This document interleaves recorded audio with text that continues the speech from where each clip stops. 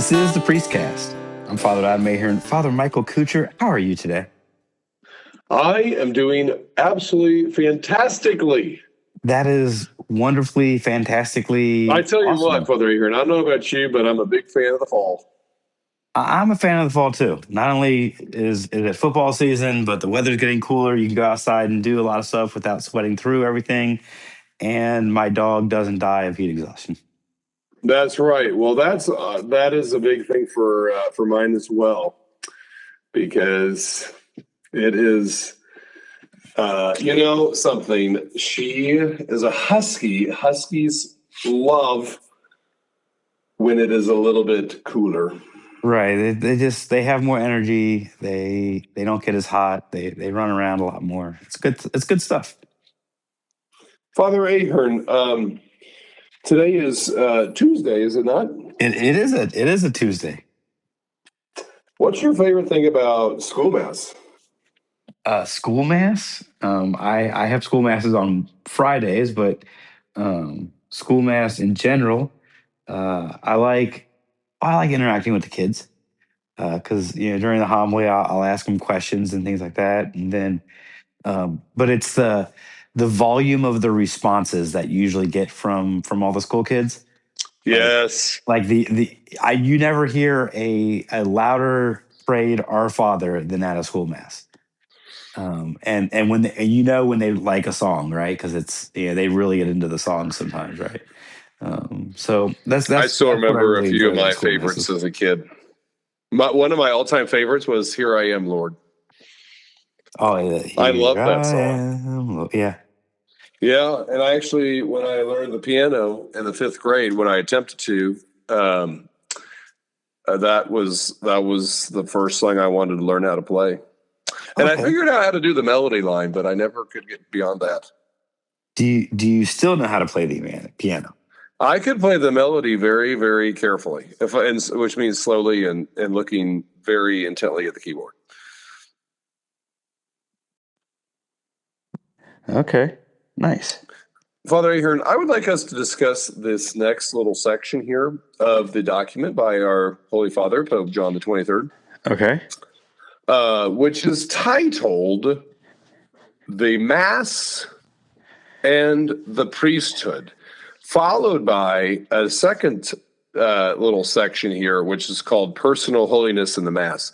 So it runs from paragraphs 50 to 57 here. Listen to this. This is line 56. "This should be kept in mind in particular. Whatever a priest may plan, resolve, or do to become holy, he will have to draw, for example, and for heavenly strength, upon the Eucharistic sacrifice which he offers. Just as the Roman pontifical urges, be aware of what you are doing, imitate what you hold in your hands."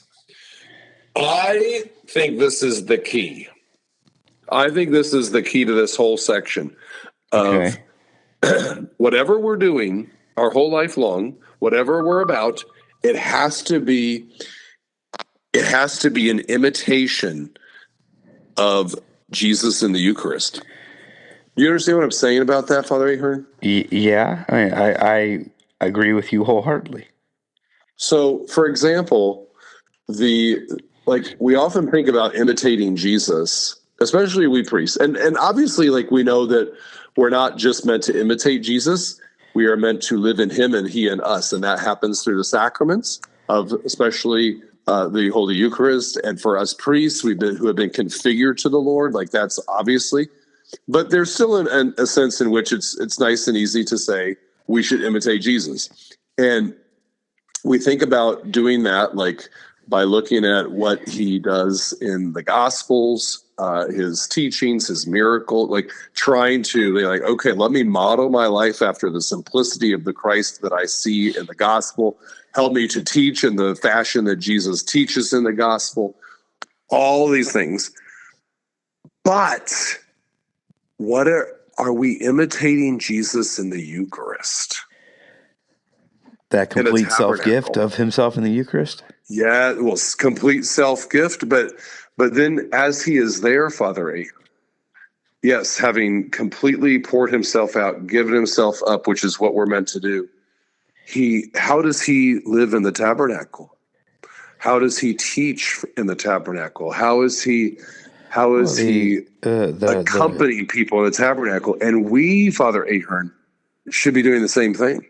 Availability. I'm thinking availability. Yeah, with patience, with availability, with silence, with an openness, a willingness to listen, a willingness to accompany, a willingness to be broken.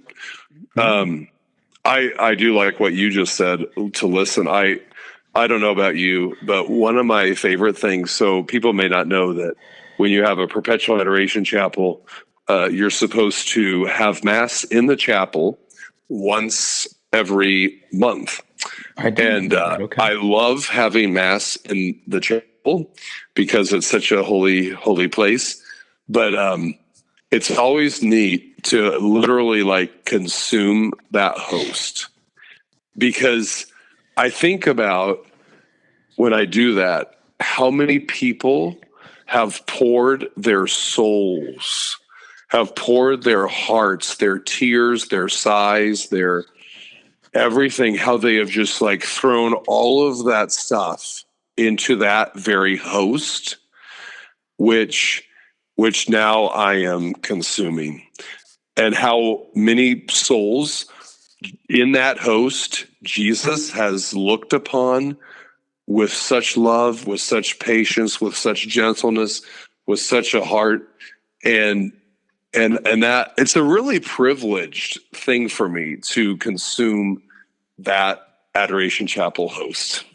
That is pretty cool. I hadn't thought of it that way. Because I usually change out our adoration hosts a couple times a year, just kind of at random at Mass. Like I'm like, let's go ahead and do that again. This Mass or something like that.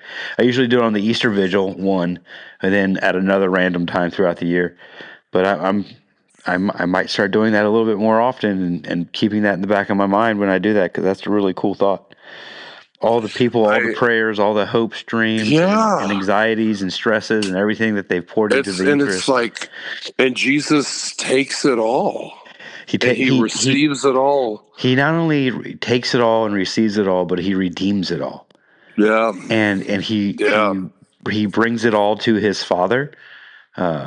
He takes it down into hell, and then he brings the redeemed out of it, with him into heaven, right? In the resurrection. Yeah. He takes everything that we give him, and he says, "Okay, thank you. Now here's how I'm going to make it better for you. Here's how I'm going to turn this mess, and I'm going to turn it to your benefit."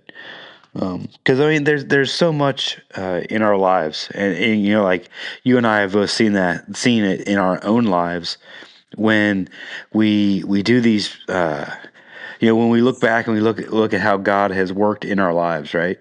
We can see how we've had bad things happen to us, or we've had difficulties and struggles that we've had to face, and we see how God has used that to bring us to where we are now. How he's used his grace to take what was a tragedy and turn it into an avenue of grace that led us back into his path. An avenue of grace. Yeah.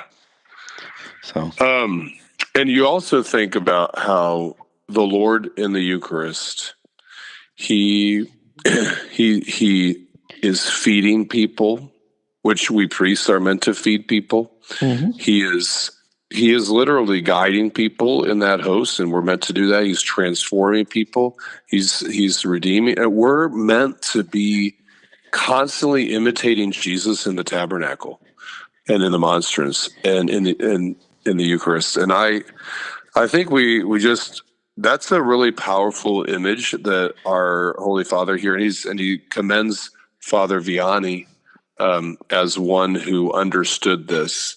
And because his life was all Eucharistic, he says here that just as the holy cure's fame made great crowds of sinners flock to ours, just in the same way that great crowds flock to tabernacles around the world, and that how Vianney would receive to those souls is exactly how Jesus responds and receives those souls in tabernacles and adoration chapels everywhere.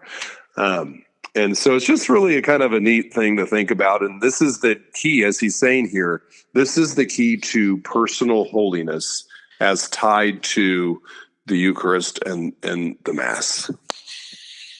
Wow. Yeah, no, that's awesome. Yeah. Well, very good, Father Ahern. I have to go celebrate Holy Mass. I don't have to, I get to. Right, yeah. No, it's a privilege and an honor every time we get to celebrate Mass.